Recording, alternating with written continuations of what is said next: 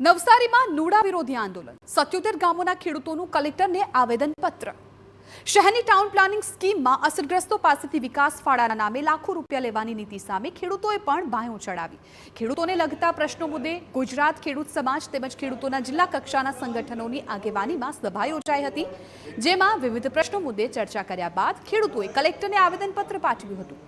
નુડા અંતર્ગત કુલ 77 ગામડાઓને સમાવવાની દરખાસ્ત સામે ખેડૂતોએ વિરોધ નોંધાવ્યો છે, જેમાં પણ ખેડૂતોની કિંમતી જમીનો વિકાસને નામે લઈ લેવાશે, જેના કારણે ખેડૂતોને વર્તમાન અને ભવિષ્યમાં આવનારા પ્રોજેક્ટને કારણે જમીન જવાની ભીતિ સામે જમીન રહેશે કે કેમ તેની પણ ચિંતા સતાવી રહી છે।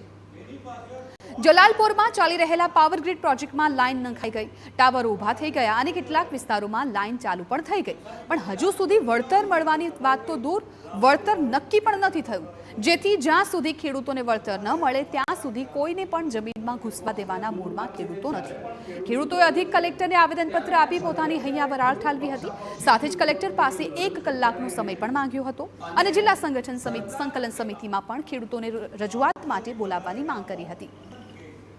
હળપતિ મોહલ્લાઓમાં કપાત અને 15 ને 20 લાખ રૂપિયા એ લોકો આકાની, તો શું આ હળપતિ પોકેટ એરિયાનું ગામ ને હળપતિઓને આ રીતે શહેરી વિકાસ કરવાનો છે, આ રીતે લોકોને દુઃખી કરવાના છે।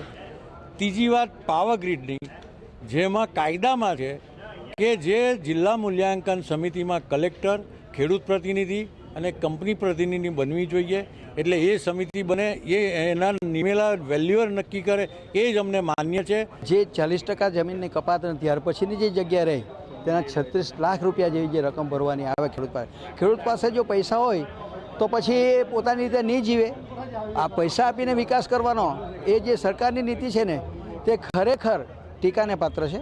જેમાં 400 kVનું લાઇન તો ઓલરેડી કામ પૂરું થઈ ગયું છે, વીજળી પાસ થવાની ચાલુ થઈ ગઈ છે, તો પણ હજુ વળતર મુદ્દે કોઈ યોગ્ય નિર્ણય આવ્યો નથી અને 765 પર બી કામ કરવાની તૈયારી કરી રહેલા છે। તો અમારે એ રજૂઆત છે કે ભાઈ તમે એક લાઇન ચાલુ થઈ ગઈ, એનું વળતર તો નક્કી કરો।